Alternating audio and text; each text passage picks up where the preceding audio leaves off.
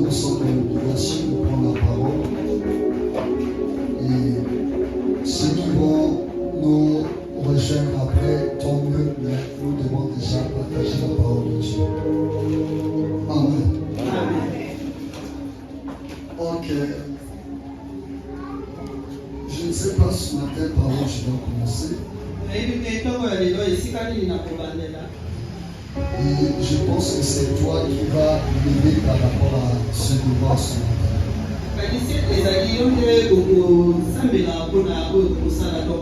Amen. Amen. Par rapport à la parole que nous allons partager ce matin, c'est toi qui vas nous aider. C'est toi qui vas nous aider. Amen. Amen. Alléluia. Amen. Est-ce que quelqu'un est dans la présence de Dieu?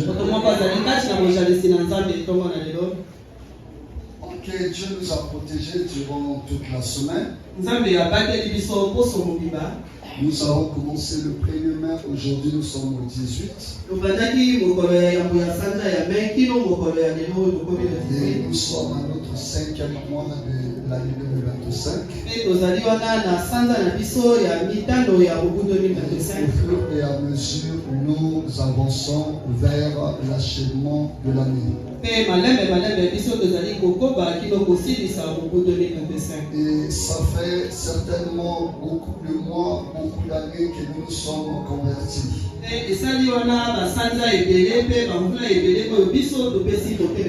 Nous écoutons la parole de Dieu. De temps à autre, nous recevons des enseignements. Nous recevons des prédications. Et parfois, nous-mêmes, nous prenons la peine d'ouvrir la Bible et puis de la lire. Il y a des notions que nous comprenons, d'autres non. Et en dehors de cela, chacun a un certain parcours avec le Seigneur. Chacun prie Dieu. Chacun prie Dieu. Chacun sert Dieu. Et parfois, Dieu nous parle d'une manière individuelle. Et il nous arrive aussi de mal comprendre ou de ne pas bien saisir le sens de ce que Dieu nous dit.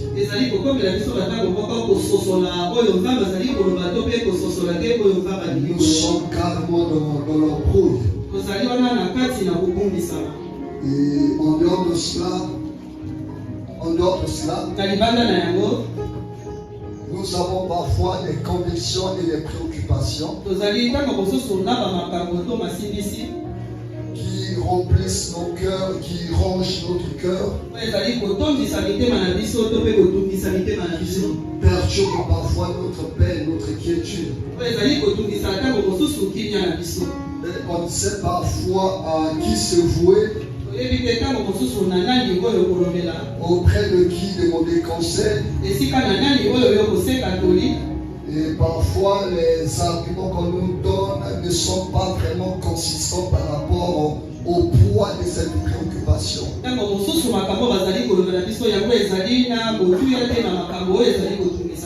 Et quand on vient à l'église, on prêche la parole de Dieu. Il y a de ces notions parfois qui nous passent outre. On ne saisit pas. On sort de là parfois rien de retenu. Alléluia. Amen. Alléluia. Amen. Et il y a beaucoup d'interrogations dedans de nous.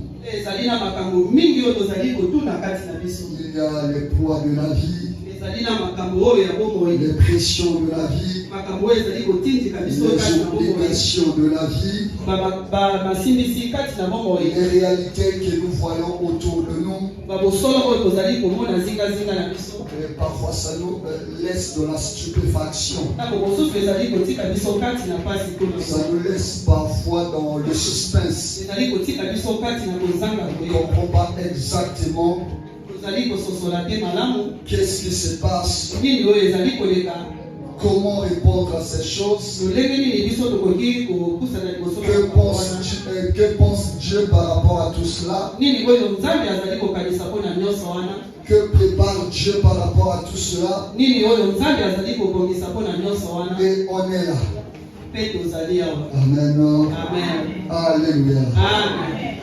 En fait, c'est aussi ça la vie.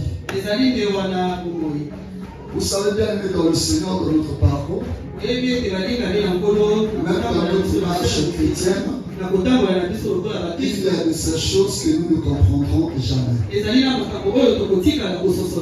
Quelle que soit notre dimension spirituelle, il y aura toujours des choses que nous ne maîtriserons jamais. Quelle que soit notre intimité avec le Seigneur, Dieu ne cessera de nous surprendre. Les voies de Dieu sont insondables. La Bible dit que la gloire du roi consiste à sonner les choses. Et la gloire de Dieu consiste à cacher les choses. Proverbe 25, le verset 2. Donc parfois, Dieu, pour manifester sa gloire, il se réserve de nous révéler certains mystères. Amen. Mais pour l'homme, il doit sonder de telle sorte que dès lors qu'il découvre le mystère, c'est un succès qui est là.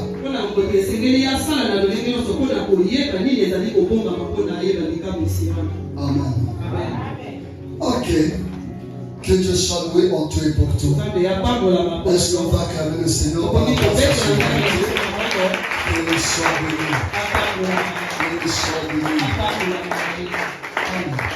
Amen. J'aimerais peut-être que tu as une préoccupation, que tu me poses une question et puis je verrai ce que je pourrais te répondre. Aujourd'hui, je vais tenir le culte avec vous. J'ouvrirai ma Bible par rapport à vous. Je vous prêcherai ou bien je vous enseignerai par rapport à vous. Quand tu vois ce qui se passe, quand tu lis la Bible, il y a peut-être un verset, il y a peut-être une histoire, il y a peut-être une promesse de la part de Dieu, il y a peut-être certains sujets qui te semblent un peu compliqués. Nous allons essayer de partager cela ensemble. Est-ce que quelqu'un est avec moi? Est-ce que quelqu'un est avec moi? Ok, donc à vous la parole. J'aimerais entendre ce que tu vas nous poser. Peut-être que ta question pourra nous édifier. Peut-être ta question pourra nous édifier. Ta question pourra être la réponse à la préoccupation de ton frère ou de ta soeur. Ta question pourra aussi m'aider à comprendre autrement la parole de Dieu. Vous savez pourquoi est-ce que parfois on nous demande de prier en haussant notre voix? Parce que en fait, quand nous prions la voix élevée, ça permet à ce que tu puisses dominer les pensées de ton cœur. Ça maintient ton esprit en éveil. Et aussi, le fait que tu pries la voix élevée, ça peut édifier celui qui est à côté de toi. Dieu peut se servir des paroles qui sortent de ta bouche comme une réponse d'exhortation. Amen.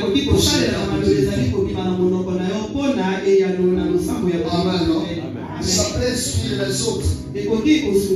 Certaines personnes vont me contredire. Il y a de ces paroles, de ces versets que nous citons dans nos prières, que nous n'avons jamais lu dans la Bible, mais pioché auprès des autres lors de leur prière. Amen. Nous avons retenu certains versets qu'on n'a jamais vérifiés dans la Bible.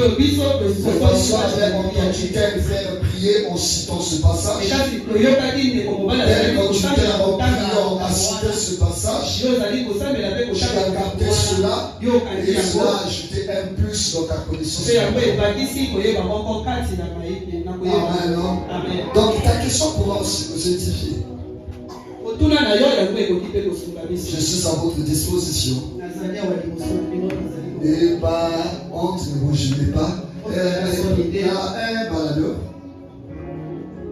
en dehors de ce minute-là.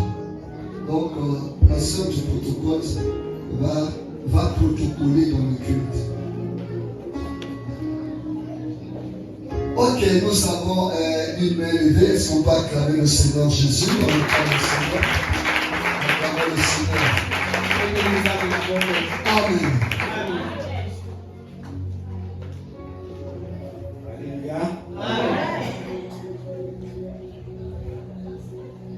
Aujourd'hui, c'est une grâce pour l'Église, pour moi particulièrement, parce que Vous pouvez lever un peu notre classe.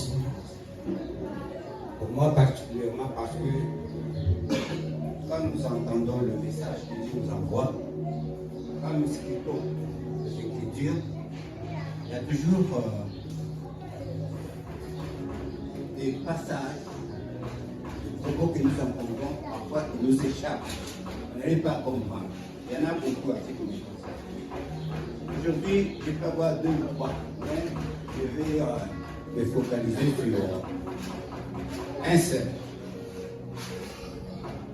Nous les partons dans la Bible.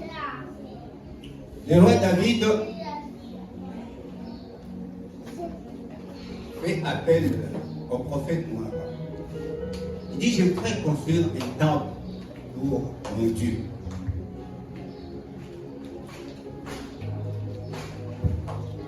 Le prophète Nathan lui dit, vas-y, parce que tu es avec toi. Tout ce que tu as résolu de faire, fais-le parce que Dieu est avec toi. Amen. Amen. À ce temps-là, comme aujourd'hui, quand mon pasteur la parole, moi je crois en Dieu. Sinon je ne serais pas ici. Je l'ai toujours dit. Tout ce qu'il peut me dire, je crois toujours. À ce temps-là, tout le monde qui aurait écouté le prophète Nathan aurait fait comme le roi David. Comme aujourd'hui. Alors, le roi David, ayant entendu le prophète Nathan, il avait résolu de construire du temple à l'Éternel. Le prophète Nathan est sorti du palais royal, il est parti. Chemin faisant, le roi lui dit, répare, dit à David, c'est pas à lui de reconstruire le temple, parce qu'il a du sang sur cette terre. La question est celle-ci. À cet instant-là, quand je me retrouve devant un serviteur de Dieu, ou David devant Nathan, à quel moment nous pouvons savoir que là c'est Dieu qui a parlé? Là c'est pas Dieu qui a parlé au travers de son serviteur. Ça c'est la question. Parce que Nathan n'était pas n'importe quel prophète. Et toute parole qui sortait de sa bouche était considérée comme peut-être pas une prophétie, mais une parole de Dieu. Alors la question est de savoir à quel moment nous pouvons savoir que ça c'est le Dieu qui a parlé au travers de son prophète, ou alors c'est le prophète du monde. C'est ça la question. Ok, est-ce qu'on peut acclamer le Seigneur Jésus? Acclamons le Seigneur. Amen. Alléluia. Alléluia. Ok, donc la préoccupation de notre papa, effectivement, cela arrive à tout le monde la capacité de discerner la voix de Dieu à celle de l'homme lui-même. Parce que Dieu nous parle de plusieurs manières. Dieu nous parle tantôt d'une manière, tantôt d'une autre. Lorsque nous prions, et par définition, la prière, ce n'est pas seulement parler à Dieu. La prière, c'est aussi écouter Dieu. Raison pour laquelle à certains moments de prière, on impose silence. Pour nous permettre à ce que les pensées soient en quelque sorte disciplinées, rangées, et laisser l'espace à Dieu pour nous parler. Parce que pendant que nous parlons, il est difficile de saisir ce que Dieu nous dit. Parce que dans la prière, Dieu est notre interlocuteur. C'est-à-dire que pendant que Papa David posait la question, au même moment que je parlais, il serait difficile que je saisisse sa question et difficile pour lui de saisir ce que j'avais dit. Maintenant, comment faire pour qu'il y ait compréhension? Je dois prendre mon mal en patience, l'écouter jusqu'à la fin, et après un moment, pour ne pas monopoliser la parole, je dois me taire et lui accorder aussi la parole. Amen, non? Bien-aimé dans le Seigneur, avant de répondre à la question du papa, parce que j'ai dit c'est sur la base de vos questions que je pourrais vous formuler un message. Lorsque nous prions Dieu, nous nous attendons à l'exaucement. À moins que nous soyons concentrés sur l'adoration et la louange. Mais le reste, le type de prière, on s'attend toujours à quelque chose. Demande, intercession, supplication, prise d'autorité, les proclamations. Nous nous attendons toujours à quelque chose de la part de Dieu. À ce moment, la prière implique l'exaucement. En ce qui concerne l'exaucement, il y a l'exaucement direct et il y a l'exaucement indirect. L'exaucement direct, c'est quoi? Demander à Dieu le travail. Demain, le même jour, il y a les jours qui suivent, Dieu te donne le travail. Demander à Dieu la guérison. Les jours qui suivent, les instants, tu es guéri. Dieu te guérit, Dieu te répond directement. Dieu t'exauce directement sans passer par un intermédiaire. Et l'exaucement indirect, c'est tout simplement le fait que Dieu te donne une orientation par laquelle tu vas aboutir à ton exaucement. Dieu te donne une conviction, Dieu te donne un message, Dieu te donne une pensée, et en mettant en pratique cela, tu vas aboutir à ce que tu lui as demandé. Alors qu'il pouvait le faire directement, mais il préfère te donner une orientation. Tu as besoin de la guérison, il peut par sa puissance te guérir directement, mais il te convainc peut-être d'aller à l'hôpital, il te convainc peut-être d'aller rencontrer tel médecin, il te convainc peut-être de suivre tel traitement, et par ce traitement, tu parlerais à la guérison. Dieu t'a exaucé, mais en passant par un canal. Alléluia. Et en ce qui concerne l'exaucement indirect, Dieu utilise toujours un intermédiaire. Et cet intermédiaire peut être une réponse que Dieu nous donne. C'est-à-dire Dieu nous parle. Et Dieu nous parle. Il met toujours en nous cette conviction. La conviction, c'est comme notre barrière, notre garde-fou entre ce que nous recevons de Dieu, du diable et de nous-mêmes. C'est cette conviction. C'est que nous disons dans Job 33, Dieu nous parle d'une manière et qu'est-ce qu'il fait? Dieu balance les songes, Dieu balance les visions, Dieu donne directement des paroles.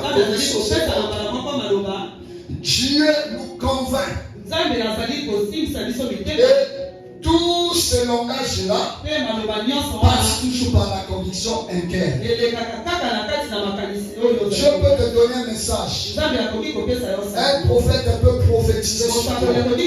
Si tu n'es pas convaincu, il sera difficile d'accepter ce message. Et c'est pour cela d'ailleurs la Bible dira tout ce qui n'est pas fruit d'une conviction est péché.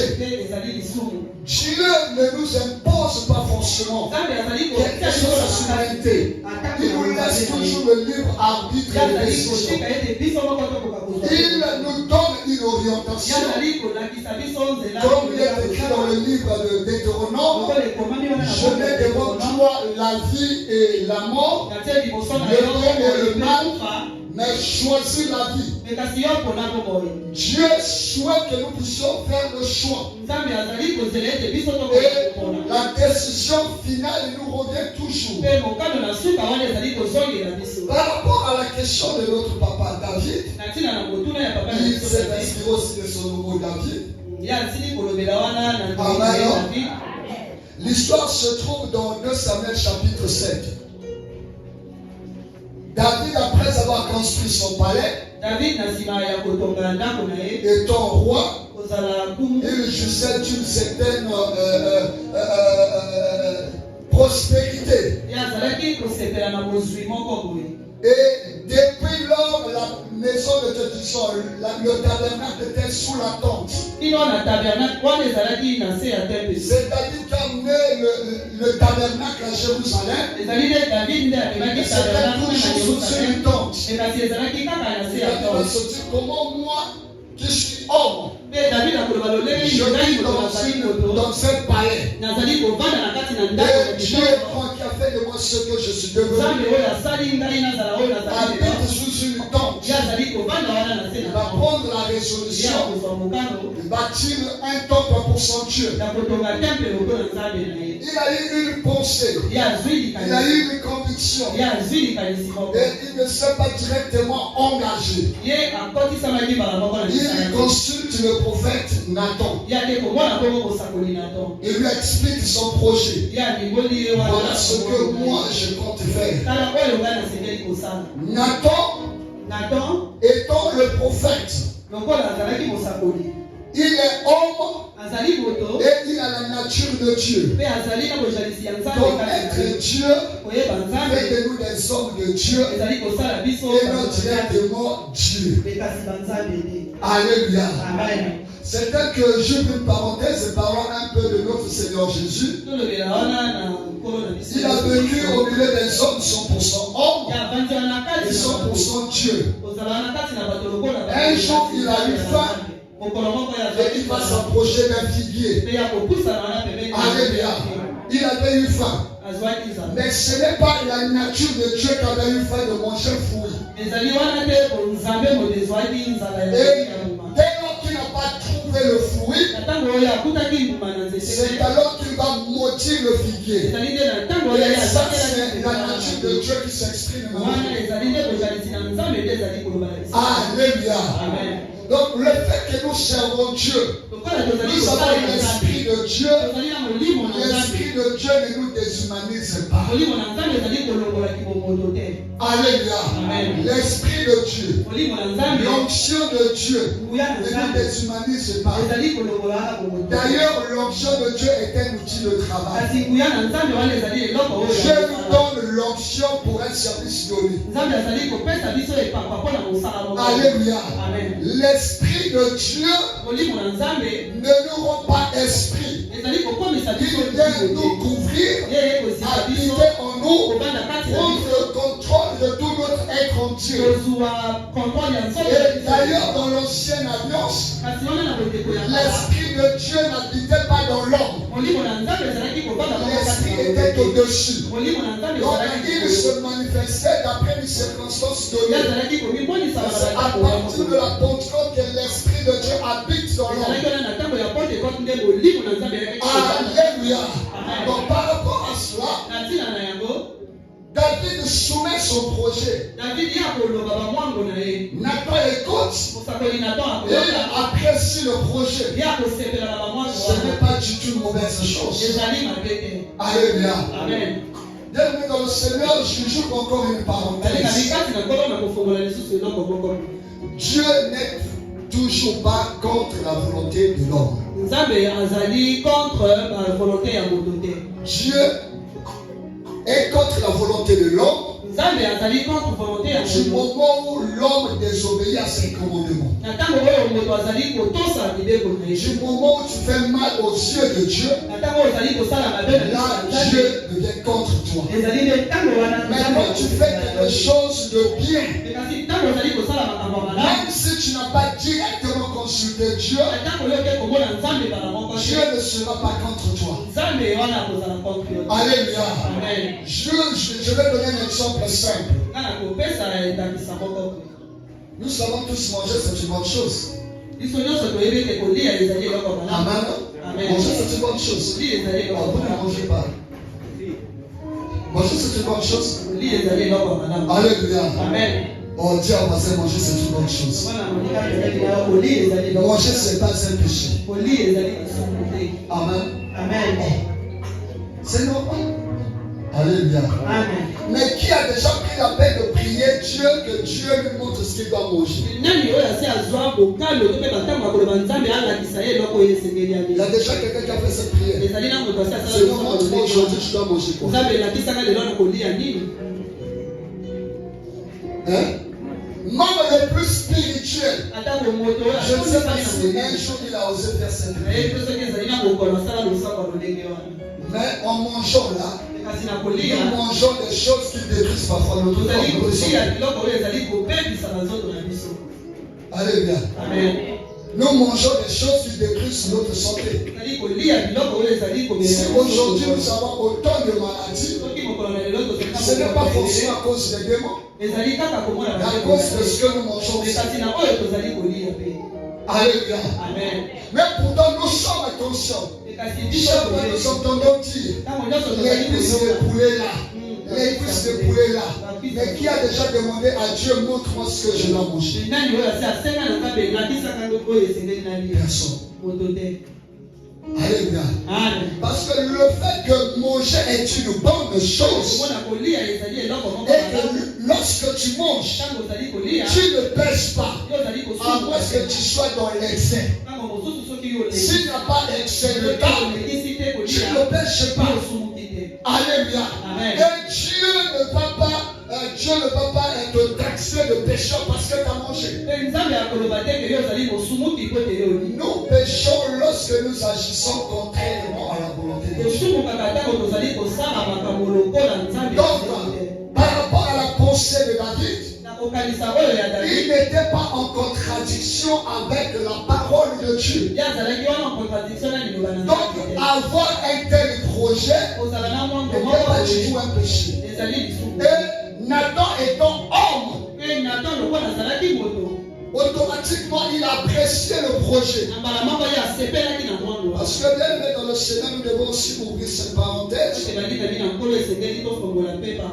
don de prophétie ou le ministère prophétique n'est pas une divination, n'est pas le fétichisme.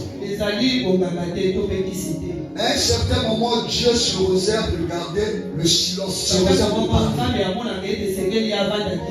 Alléluia. Dieu, à un certain moment, préfère se taire. Parce que même le silence de Dieu est un langage.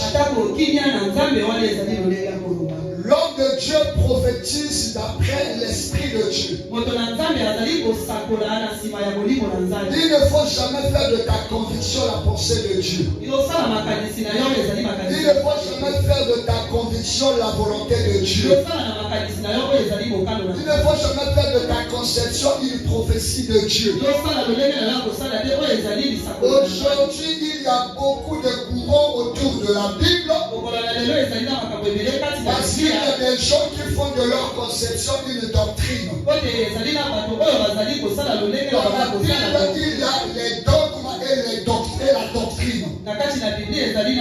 et la doctrine. Les dogmes sont quelques vérités qui peuvent s'appliquer d'après une circonstance donnée et une contrée donnée.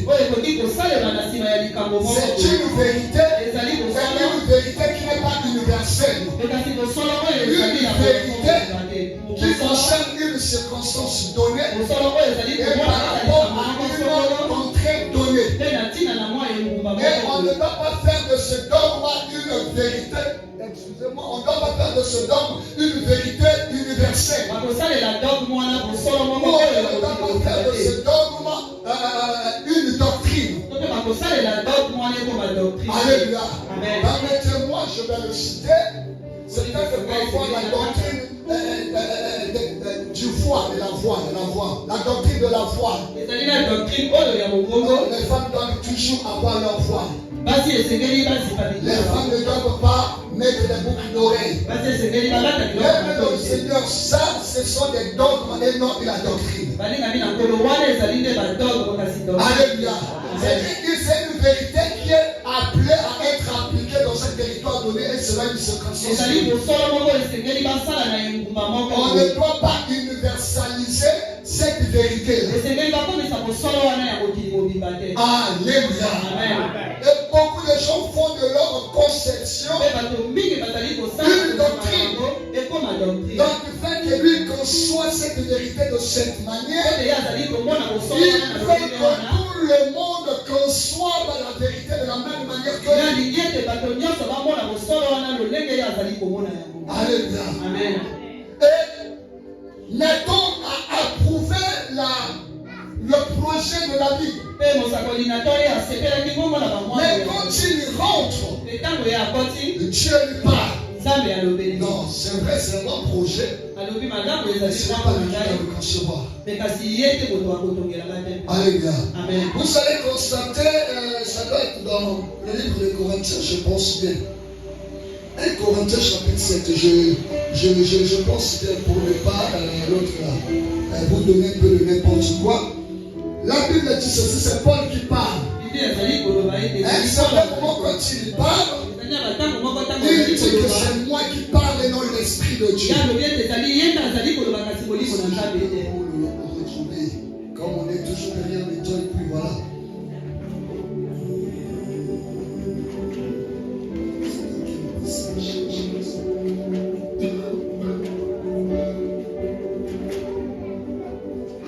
Ça va venir.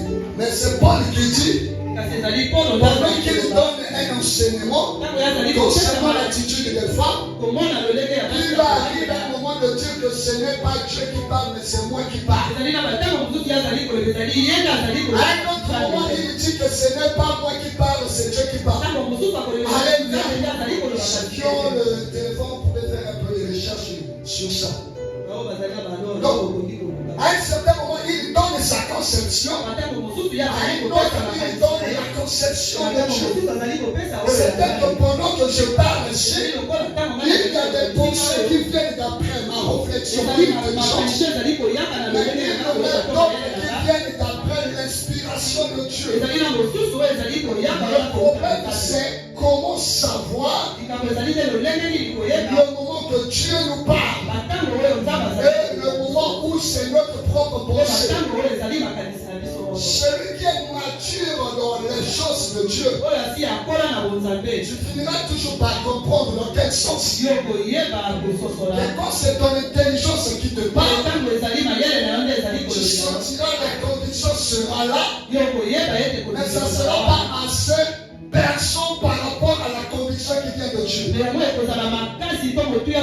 La conviction qui vient de Dieu donne un certain empressement. Donc, Nathan, quand il avait parlé d'après son intelligence. Mais la nuit, Dieu s'est révélé à lui. C'est pour cela que je lui dis toujours ceci. Sur les 9 dons du Saint-Esprit, le diable peut imiter pratiquement 8. Dans les guérisons, opération de miracles, sagesse, connaissance, prophétie, parole, interprétation, foi, le diable imite ces choses. Sauf le discernement des esprits. C'est le discernement des esprits qui est comme cette barrière qui nous aide à comprendre. C'est une prophétie authentique, oui. C'est une guérison authentique, oui. Est-ce que ça vient de Dieu ou du diable? C'est le discernement des esprits. La Bible dit que dans les derniers temps, le séducteur ou bien le diable va séduire les enfants. Les enfants de Dieu. Il va opérer des miracles.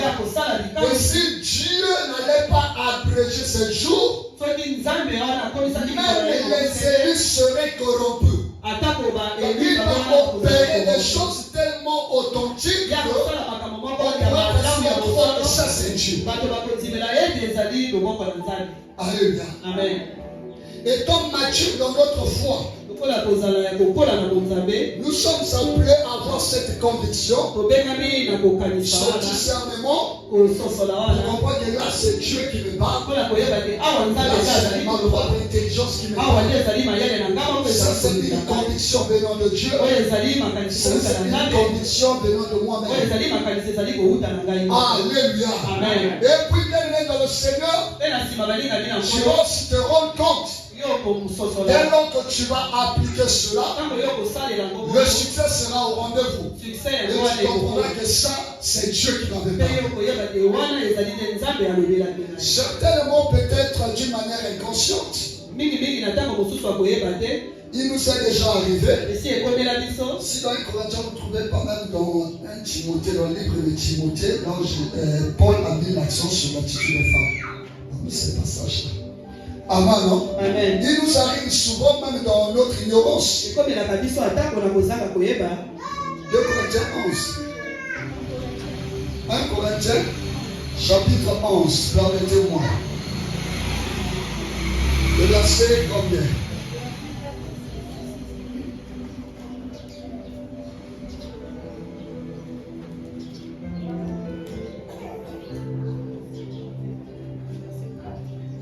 Verset 4. Non, pas ça.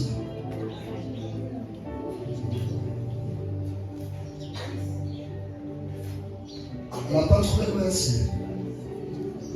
Ok, continuez à fouiller. Mais juste la précision, là, Paul dit que là, ce n'est pas Dieu qui parle, c'est moi qui parle.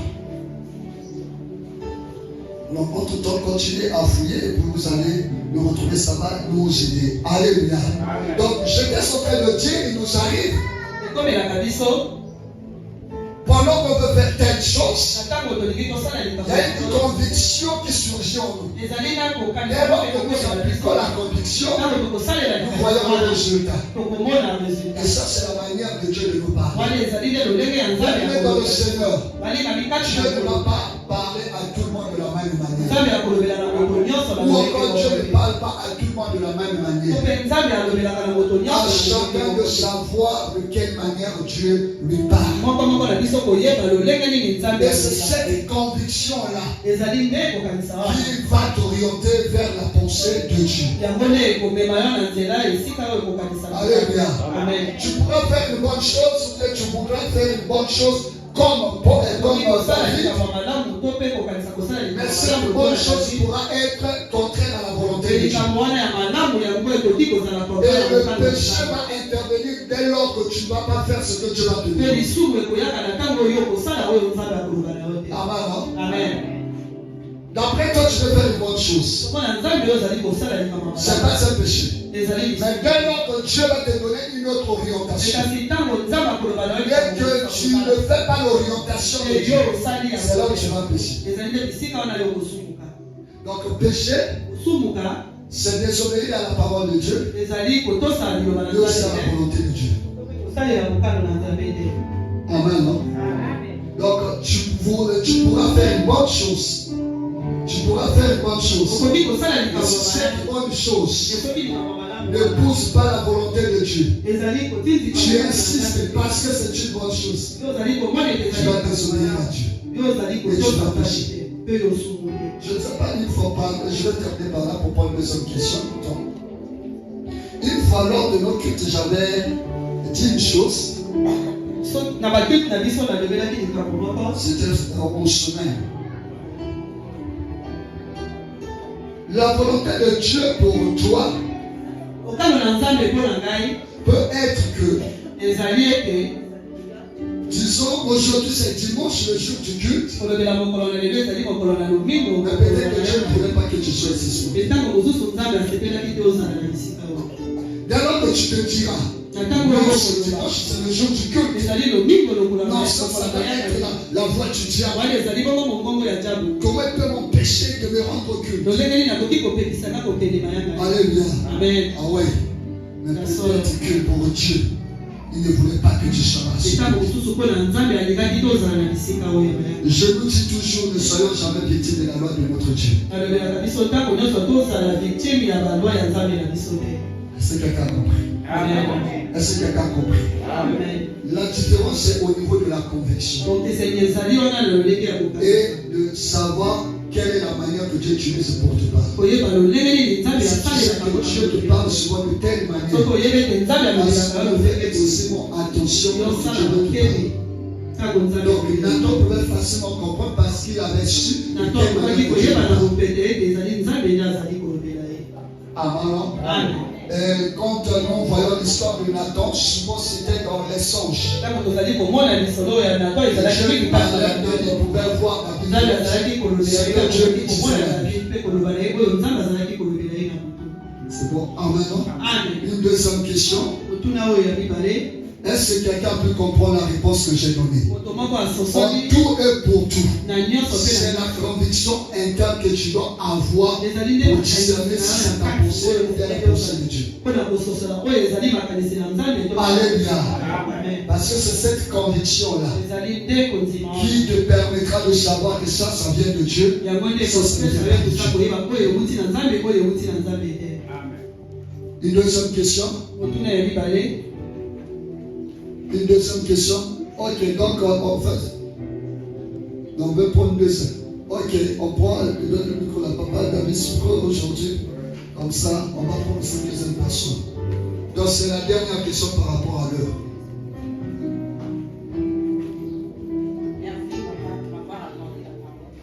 Je voudrais qu'on puisse nous donner quelques éclaircissements entre Rachel et Léa. Quelle a été la volonté de Dieu entre ces deux femmes de Jacob? Merci. Waouh! Quelle a été la volonté de Dieu entre Léa et Rachel? Ok, on retourne un peu dans la Bible.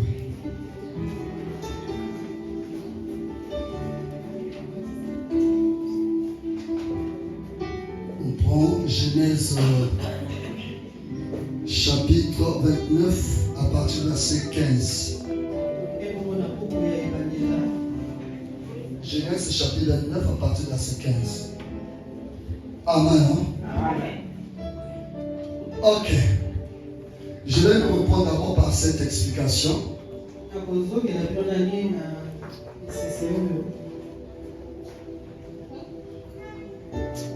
Nous prions Dieu.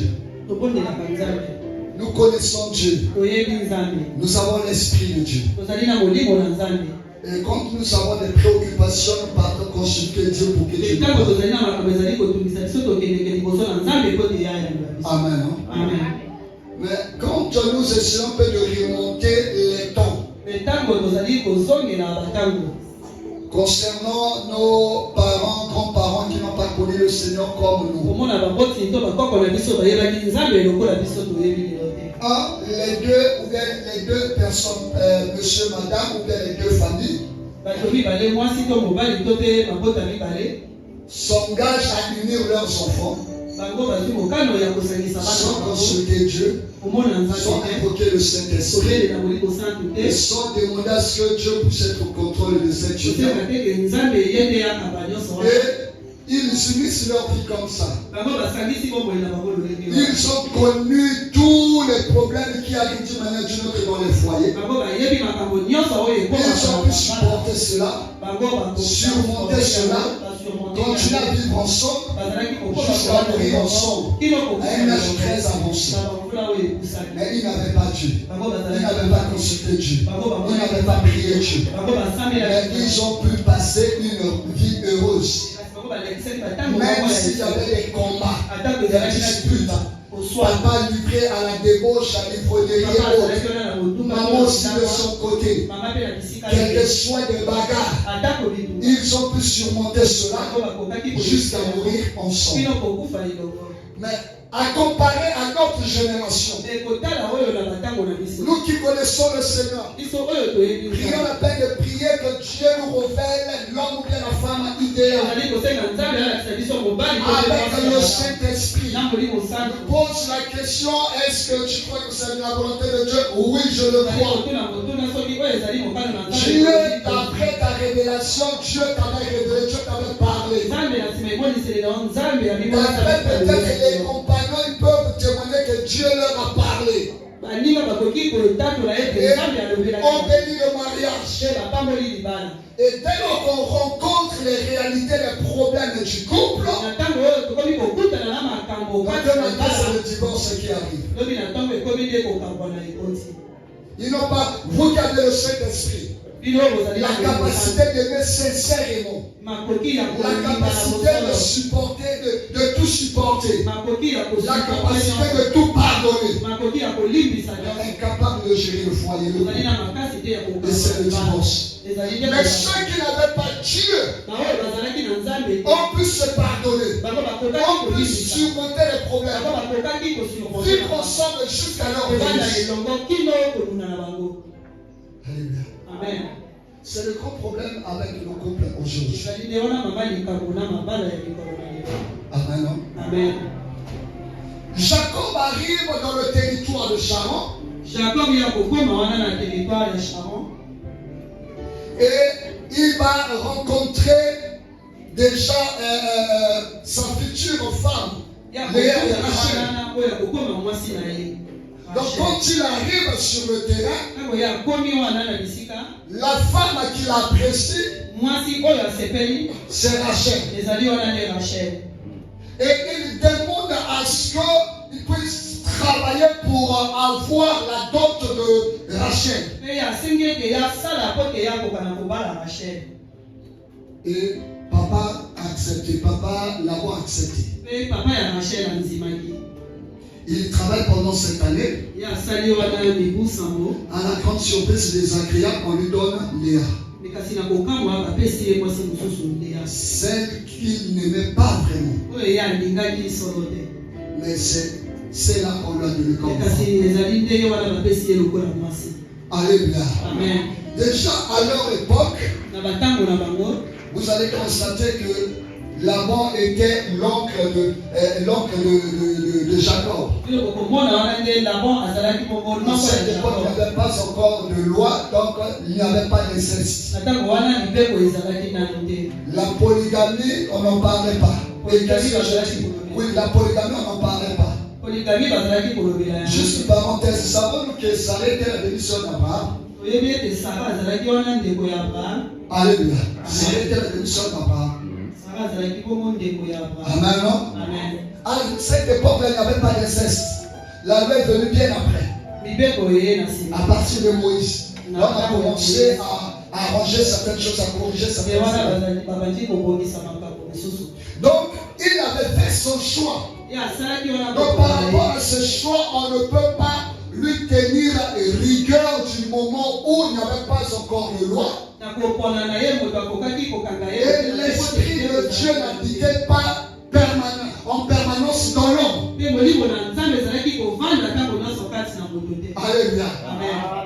Donc, lui qui était l'imposition de Laban, son beau-père, Jacob allait rester juste avec Rachel. C'était ça sa volonté. Il a pris Léa par imposition et malice de son beau-père. Si bien que quand il a découvert cela, il a accepté de travailler pour Rachel. Parce que c'est la volonté pour Rachel. Aujourd'hui, avec les interprétations de la Bible, on parle de deux alliances. L'ancienne et puis la nouvelle. Ce sont des interprétations maintenant des choses. Quand on analyse les choses, d'après l'ancienne alliance, de Rachel, Sonia, Joseph et Benjamin. Et Benjamin et Joseph et Benjamin. Alléluia. Amen. Et la Bible précise qu'à une époque donnée, après la prophétie donnée par Dieu à Abraham, il ne va pas une grande famille et que la postérité d'Abraham devait se rendre là-bas en Égypte. Et Joseph était parti bien avant pour épargner sa famille, son peuple de la faim, de la famine. Alléluia. Donc, si seulement si on pouvait considérer Léa comme la femme idéale d'après la volonté de Dieu. Et une parenthèse par rapport à ça, nous entendons parler de la volonté permissible, la volonté souveraine de Dieu. Je n'entre pas là aujourd'hui. Je n'entre pas là aujourd'hui. Alléluia. Donc si Jacob pouvait juste avoir Léa comme femme, et que les enfants, tous les enfants de Léa étaient restés à Canaan, là où il y avait la promesse que Dieu avait donnée à Abraham, là où il y avait eu la faim, là où il y avait eu la famine, la descendance n'allait pas être sauvée. Ils étaient partis en Égypte. Vivre en Égypte, être épargnés de la famille à cause de Joseph, fils de Rachel. Alléluia. Amen. Donc pour sauver ce peuple de la famine, il a fallu un fils de Rachel pour que le peuple soit épargné. Maintenant pour sauver l'humanité, sauver le monde entier, toi et moi y compris, il a fallu la descendance de Léa. Parce que Jésus n'est pas sorti de la descendance de Rachel. Jésus n'est pas sorti des enfants de Rachel. Jésus est sorti des enfants de Léa. La tribu de Juda. Alléluia. Amen. Et parmi les fils de Léa, on parle aussi de Lévi. Et quand nous parlons aussi de Lévi, nous voyons la sacrificature. Alléluia. Amen. Donc, par rapport à ces deux femmes, dire laquelle qui était la femme idéale, la volonté de Dieu était que, au temps de la famine, que ce soit un fils né de Rachel pour épargner le peuple. Et au temps du salut de l'humanité pour la race, que ce soit un fils qui soit né de Léa pour sauver l'humanité. Alléluia. La Bible dit, Dieu fait toutes choses, mais Dieu a tout créé pour un but. J'ai l'habitude de nous dire ceci. Dieu se sert parfois de nos erreurs pour accomplir sa volonté souveraine. Tu peux commettre un acte aujourd'hui et tout le monde pourra te matraquer. Tu pourras subir certaines représailles. Après des temps, Je vais se servir de cela pour accomplir sa volonté souveraine. J'ai l'habitude de nous citer ici. Telle que la première question qui nous a été posée ici, concernant le livre de 2 Samuel chapitre 7. David prend la résolution de bâtir un temple. Et voilà que la nuit, Dieu se révèle à Nathan pour lui dire que ce serait pas lui. Ce sera quelqu'un qui naîtra de lui. Alléluia. Et quand ces choses vont se passer, David n'a pas encore commis le forfait. David n'a pas encore convoité la femme de Duri. Mais Dieu avait déjà dit que ce serait le fils qui naîtra de toi.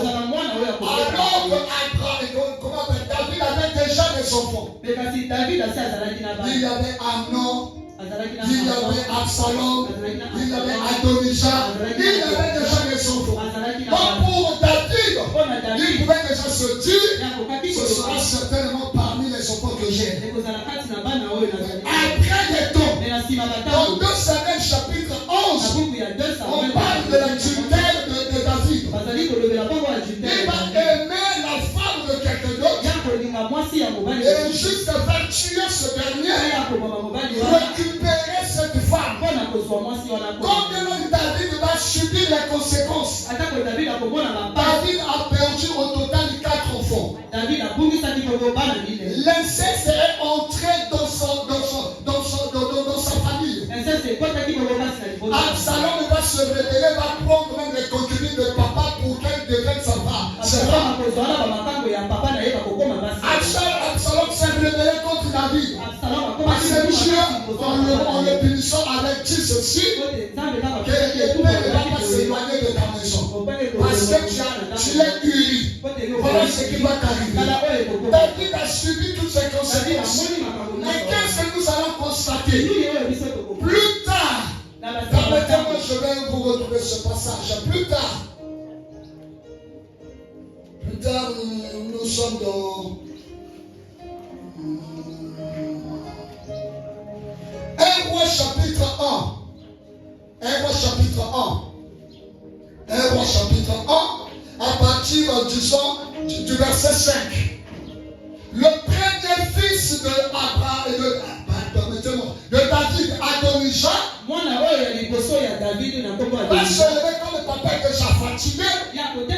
C'est moi le prince héritier. Va commencer déjà à organiser les choses pour son intronisation. Parce que c'est moi le fils aîné. Mais lorsque vous voyez à partir du verset 11, le prophète Nathan, qui avait dit à David, c'est toujours lui. Il avait dit à David, voilà ce que tu as fait. C'est lui qui était venu proposer à David la parabole d'un homme pauvre et puis l'homme riche. Donc c'est lui qui était venu révéler à David son péché. Donc Dieu était passé par lui pour parler à David. Mais c'est toujours seulement le prophète Nathan qui viendra avec Bathsheba, la femme d'Uri, pour plaider la cause de Salomon qui sera successeur du trône. Et Salomon est dans quelles circonstances? Alléluia. David avait péché. Mais la prophétie de Dieu s'est accomplie. Dieu avait dit à David, ce serait un fils qui naîtra de Dieu. Et ce fils est né dans quelles conditions? Dans quelles circonstances? Et c'est lui qui était le successeur de David. Nathan, qui est venu révéler à David son péché. Il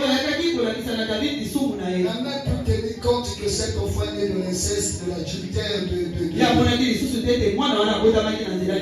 Si on pouvait parler d'un autre prophète, on aurait dit que non, il a dû oublier l'histoire. Nathan n'avait pas oublié cette histoire. Il s'agit bel et bien de Bathsheba, la femme d'Uri. Il a cette histoire en tête. Et c'est lui qui va manager pour l'intronisation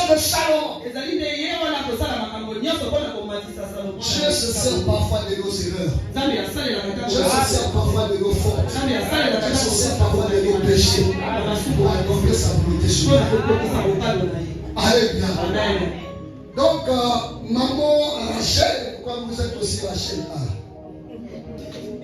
Amen. Amen. Donc, d'après la volonté de Dieu, Rachel devait servir pour que les fils de Jacob soient épargnés de la grande famine. De temps en temps, il devait aller en Égypte pour se ravitailler.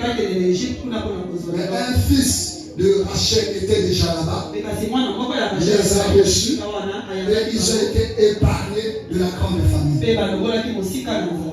Alléluia. Pour sauver l'humanité, Dieu s'est servi d'un fils qui est sorti de Léa. Et c'est ce que nous sommes aujourd'hui. Alléluia.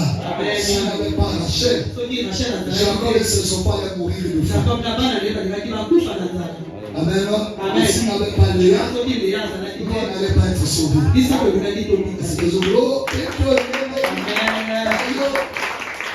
Voilà, les autres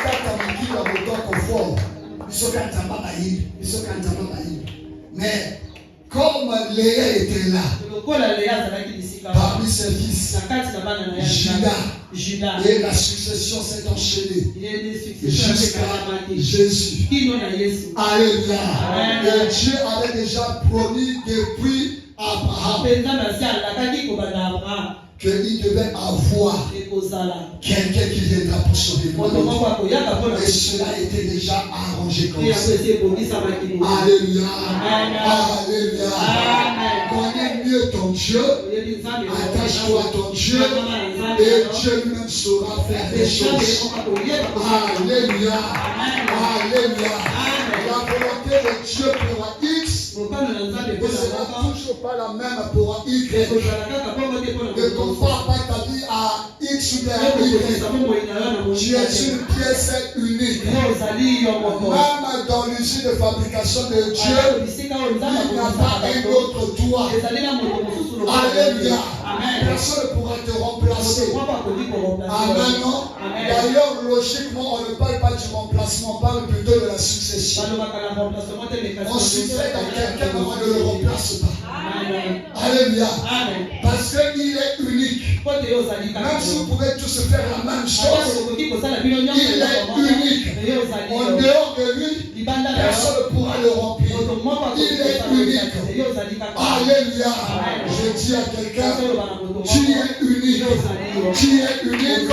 Connais la volonté de Dieu sur ta vie et la conviction par rapport à ce que Dieu te demande, par rapport à ce que Dieu te révèle. Dieu t'a laissé le libre arbitre de faire ton choix et de prendre certaines décisions.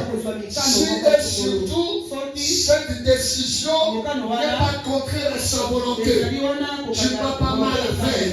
Alléluia. N'hésite pas quand il s'agira de prendre des décisions. Amen. C'était pas Dieu qui avait révélé à Jacob que c'est Rachel sa femme. C'était pas Dieu qui avait révélé non plus à Jacob que c'est Léa sa femme. Il avait son choix. Le père a fait le choix. Et la volonté de Dieu est triomphée parmi ces deux choix. Est-ce que quelqu'un a compris? Est-ce que quelqu'un a retenu quelque chose? Je bénis le Seigneur en tout comme résumé. Il y a la conviction de l'homme. Savoir à quel moment Dieu nous parle. On dirait deux femmes qui étaient la volonté de Dieu. Alléluia. Les deux questions vont pratiquement dans le même sens. Le sens de la responsabilité de l'homme par rapport à certaines décisions capitales sur sa vie, par rapport à certaines convictions conviction concernant ce qui l'entoure. L'homme a un rôle capital à jouer. Ne joue pas dans ton rôle. Joue mieux ton rôle. Et la main de Dieu va t'accompagner.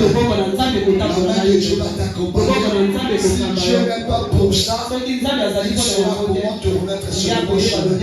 Prends quand même des initiatives, prends quand même des décisions, manifeste quand même la volonté et Dieu saura comment te canaliser. Que Dieu vous bénisse. Que Dieu vous bénisse. Que Dieu vous bénisse. Ok, on va se retrouver un moment dans la prière.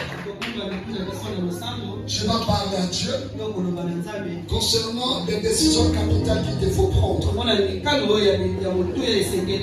Concernant les décisions capitales qu'il te faut prendre.